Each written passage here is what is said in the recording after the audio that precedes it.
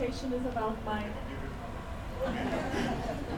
doctoral research. So I'm going to talk about using peer revision and writing in EFL classes in Brazil. And my intention is to discuss the contextual aspects that might affect the use of this kind of activities in our classrooms, and to provide some orientation on how to conduct them so that you can avoid the common pitfalls. Writing has shifted from this view of an expressivist act of expressing your thoughts to a cognitive idea. You write to organize an idea, towards writing as a social act of communication. You write basically to communicate with people, right?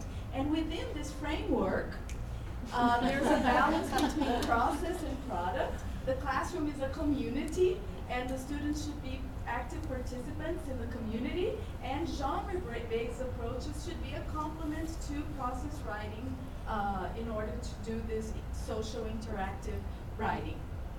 And we are in what is called now a post-process era, because we have to recognize that there is a multiplicity of writing theories and pedagogies. Writing involves a mediation between the writer and the reader. It's not just what goes on in the writer's mind. And audience and discourse community determine knowledge. We don't write for ourselves or for our teachers. We write for an audience. And when we write, we go through a process that everybody is familiar with, right? And this process is recursive. It's not linear. We don't go from one stage to the next linearly, but in a recursive way. And I would like to really focus on revising in this presentation.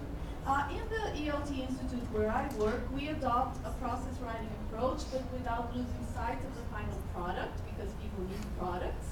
We also believe that models can and should be used by students. Some people say that models can stifle creativity, but we all use models, and we need to be taught rhetorical patterns.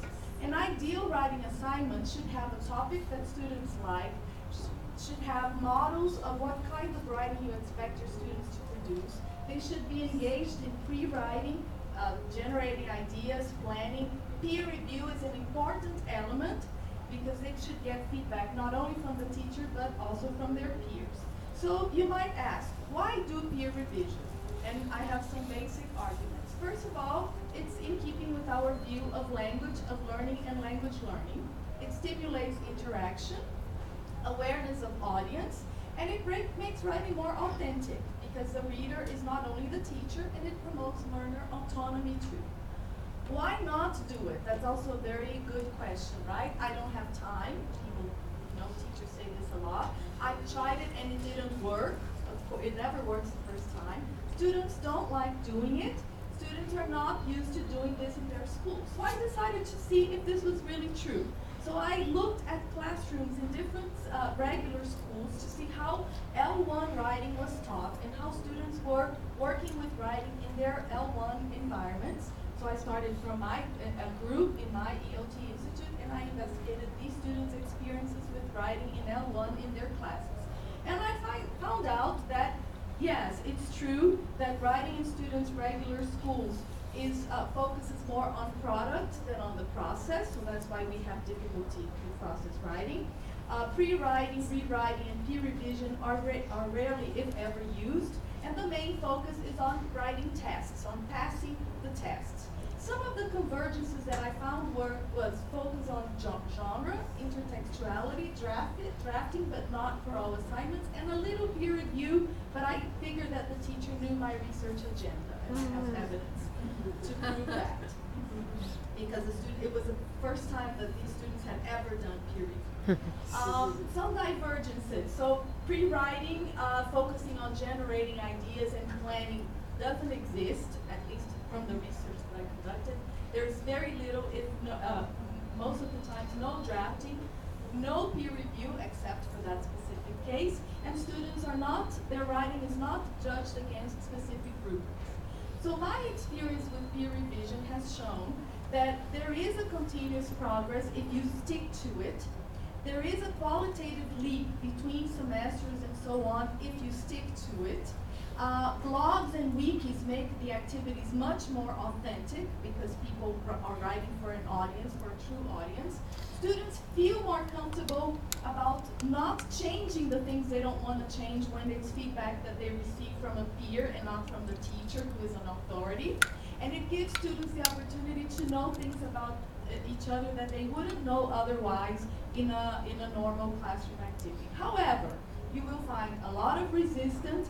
It's not part of students' frames. Students tend to praise in the beginning and not to focus on suggestions. They like to read their peers' texts more than they want their peers to read theirs, right? And they want the peer suggestions to be validated by the teacher. So it's important that the teachers do this. Basic principles for designing peer review activities. Provide a lot of scaffolding. Start with very simple activities like checklists and then make them more complex as you go. Make your activities vary. Don't use the same kind of activity all the time. You missed the last one.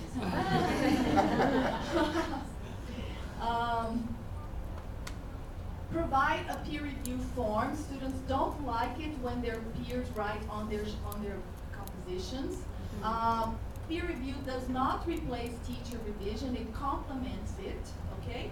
And I have some food for thought that I guess you can read in 20 seconds. From students and teachers. These are 2 students, okay? So talking about what they thought was interesting and not interesting. I don't know if we can do that in the challenge. First one, you can do everything you want. So, the teacher talked about not doing it in his writing classes at the university, so you're expected to do something that you didn't experience yourself in your own in learning of the language, right? And a student here talking about how writing in an EFL class helped her with university.